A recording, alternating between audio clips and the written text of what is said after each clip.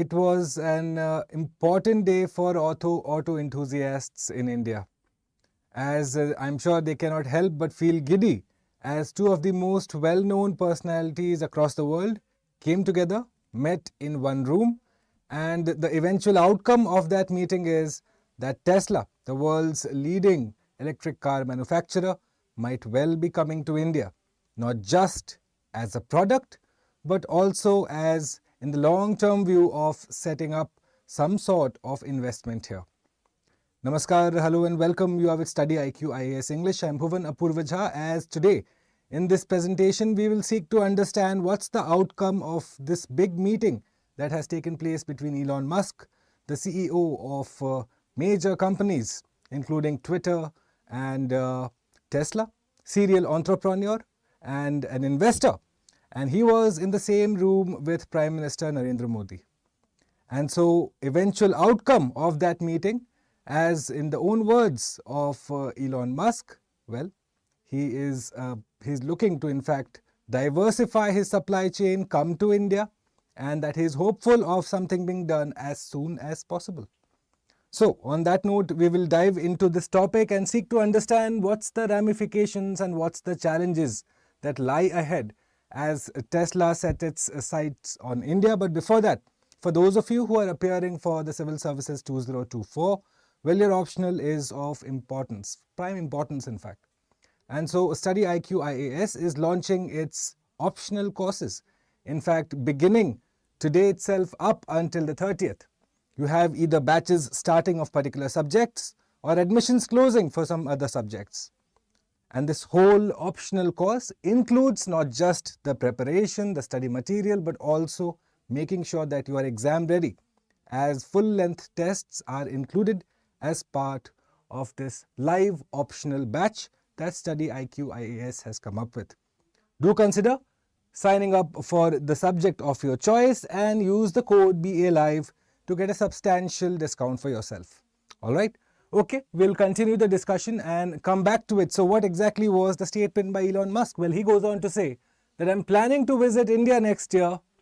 I'm confident that Tesla will be in India and we will do so as soon as humanly possible. And thereafter he goes on to thank the Prime Minister and says that it is quite likely that there will be a significant investment in India. So once again, that's a major statement of intent. Tesla announcing that they're entering the Indian market, not just again as a product, mind you, but also with the long-term view of setting up some sort of investment here, some sort of manufacturing facility or development facility. So at this particular moment, Tesla has two other factories, major factories. One is in Germany, and the second one, its largest factory in fact, is in Shanghai, China. So you can understand from the Tesla's point of view that they are looking to say reduce their reliance or diversify from this supply chain that is heavily dependent on China, which is why the Indian market is being looked at.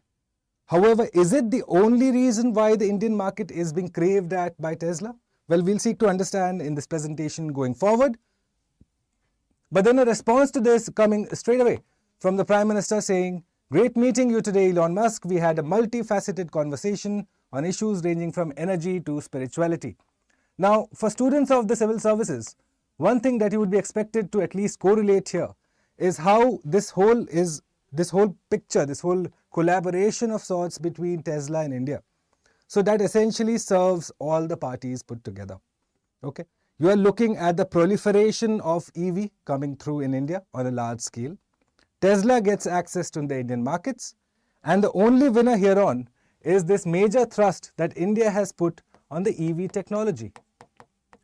So you are going to see a benchmark shift, a landmark shift in fact, not just in say the governmental policy, but also as to how those policies affect the behavior of people.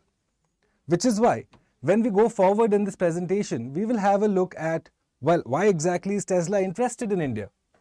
In fact, if you go back just 1 year back, in fact, in 2022. So in the year 2022, there was this huge abuzz. The market was abuzz that Tesla is finally coming to India. Okay. And thereafter, what happened was that Tesla approached the government of India and basically demanded that their cars be subject to lower import duty. Now, obviously, in the Indian context, the import duty is something that is of immense consequence. It can go up to as high as 100%. So now the problem for the Indian government was, well, if they did it for Tesla, they would have to do it for everyone else. So that would be again a systemic change to your auto industry. So the Indian government was not willing to do that until and unless some sort of commitment was provided by Tesla that they would probably shift their manufacturing facility here or some sort of research and development facility here. However, Tesla was non-committal in their commitments, which is why a stalemate ensued. So Tesla wanted to import, in fact, fully assembled units without any concrete proposal to set up manufacturing in India. Now, obviously, the whole thrust in India is on Make in India, on making sure that the domestic supply chains are robust. And so taking a step like this would be absolutely counter to that very idea, will be antithetical to that very idea. Which is why the government of India did not agree to this precondition, and thus last year Tesla did not enter the Indian market. In fact, rumors were abuzz that the representatives of Tesla were looking for space for their showrooms across New Delhi and Mumbai. However, with this stalemate, all of those plans were kept in abeyance. Now going forward, so why exactly is it that Tesla craves the Indian market? Okay. Besides their own, selfishness or their own purpose that yes, you are diversifying your supply chain away from China at a time when there is a lot of tension between USA and China. So it would make sense for that company to go ahead and diversify their supply chain, not be wholly reliant on China. So in that case, what else does India have to offer? Well, you look at the electric vehicles right now. You're only looking at minor penetration, 1.3% of all vehicles sold in 2020-2021. Less than, well, obviously, only 0.1% of all vehicles in India are electric vehicles. So you see the scope of expansion is immense. You're looking like at a radical shift that could happen if a major player like Tesla entered the Indian market, which again seems a possibility given that the proceedings earlier this morning in USA were largely positive. The CEO of Tesla coming out and saying that, well, yes, we are looking at investing in India as soon as humanly possible, right? So the Tesla interest in India comes from a large population, a population that has access to income, rising income, disposable income, as well as, more importantly, the environmental concerns and the government of India's thrust in making sure that net zero emissions are a practical target that we all are working towards in tandem. Which is why this whole shift coming soon from, say, petrol and diesel cars to, say, electric vehicle cars, right? So the Indian EV market, again, the big money is projected here, $150 billion in 2030. This includes charging points, cars, and the ancillary industry associated with these. So obviously, you're looking at lots of jobs being created, lots of value being added to the market, which is why it makes sense for Tesla to be interested, totally interested in the Indian EV market. Obviously, government's push towards electric mobility chiefly drives the market sentiments. Now, we'll have to have a look at the government policy that has in fact enabled this to happen. Obviously, Tesla sees all of these opportunities, but then would these only suffice in the long run? Until and unless the ecosystem is created for Tesla to come and say thrive here, well, they wouldn't enter the market. So obviously, something right has been done. What has been done so far? Well, faster adoption and manufacturing of EVs, the FAME scheme, which incentivizes for EV manufacturers and buyers, giving away incentives such as subsidies, rebates, preferential financing, exemptions from all sorts of fees. So the FAME scheme, again, a crucial driver of this ecosystem creation for electric vehicles. Thereafter, you're looking at the National Electric Mobility Mission Plan, which sets out the target to achieve 6 to 7 million sales of hybrid and EV year on year from 2020 onwards by providing fiscal incentives. Again, a Government of India intervention, making sure that the ecosystem is created, that all the stakeholders are getting their fair share of benefits. The National Mission on Transformative Mobility and Battery Storage, again, ecosystem creation for adoption of EVs and battery manufacturing plants.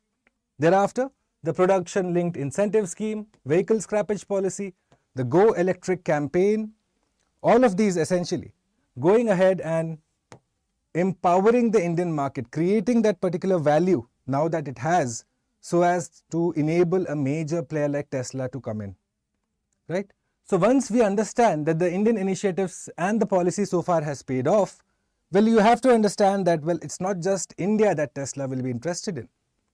They obviously are going to be looking at other suitors too. Similarly, India will also be looking to say other companies now that Tesla is probably packed, sealed and delivered. So Musk has been scouting for locations for next factory of Tesla. Like I told you, 2 major factories that they have currently. The biggest one that they have, their biggest one in fact, in Shanghai, China, and another one in Germany, Brandenburg, Germany, right? So earlier this month, he met the French president and, well, same talks ensued there. Will Elon Musk set up his plant there? He's also spoken to Italian representatives. Okay. He's also gone ahead and courted South Korea too. So you see, all of these suitors are there for Tesla to invest their market in. But what makes India a better proposition? Well, we have 140 crore of us. Rising disposable incomes are plenty. And at the same time, the ecosystem creation has been done by the government, which would enable a major player like Tesla to come in and seamlessly, say, operate in the Indian ecosystem, in the Indian territorial borders. So Tesla's decision hinges on a comprehensive review of investment conditions, including manpower and technology. All of this, again, which has been done by Tesla in the past, which is why India figures on this list now, right?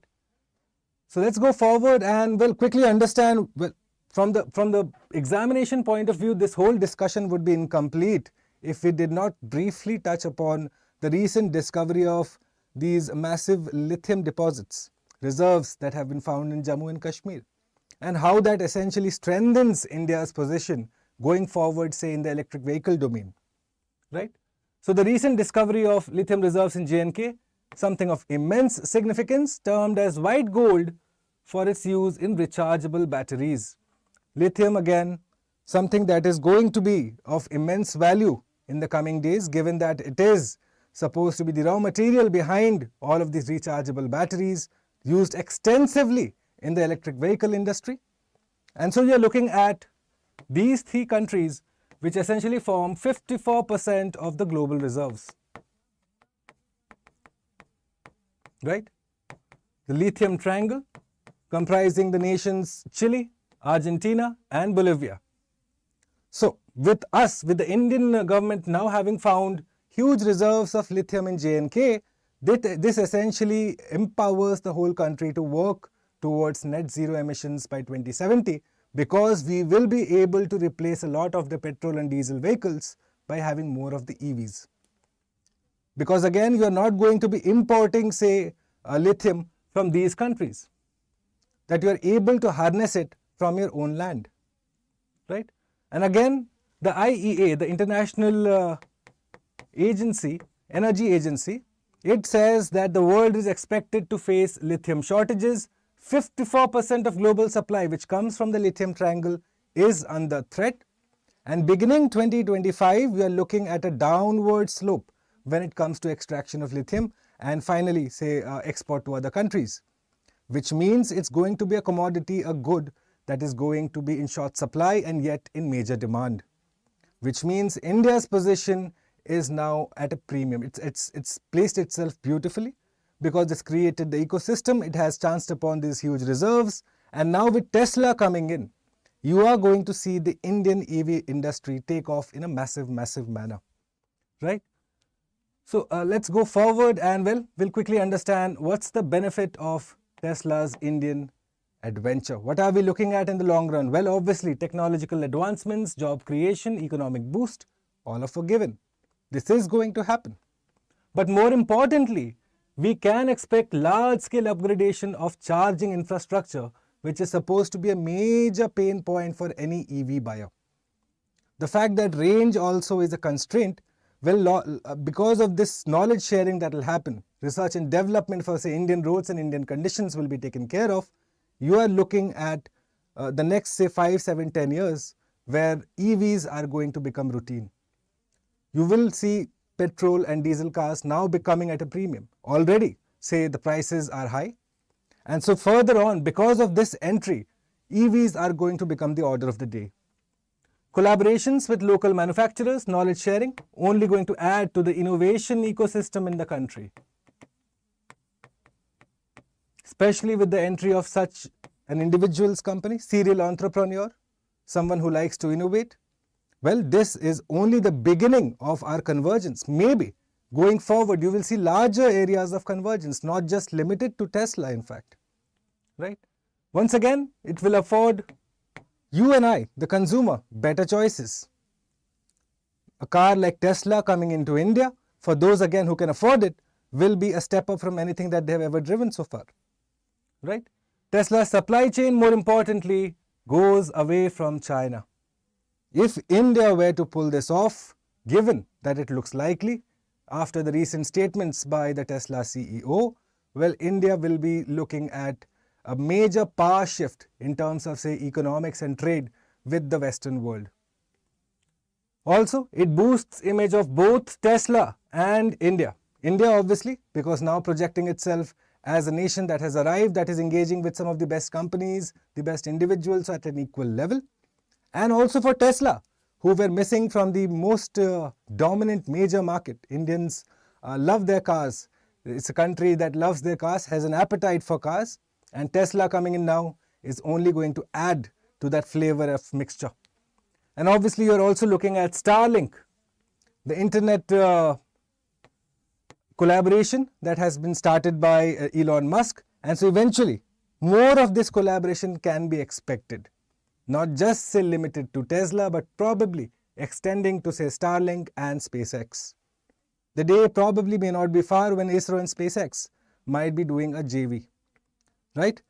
On that note, my dear students, I come to the end of this short presentation where we discussed Elon Musk and his comments about entering the Indian market and what would it indeed mean for Tesla to come into the Indian market. The Indian EV industry might well be changing for the better and forever. On that note, it's a wrap, but not before I request you to please like this stream if you enjoyed it, if it was informative. Do consider joining my Telegram channel, and I will see you once again tomorrow evening at 9 p.m. with another such topic of interest. Till then, take care.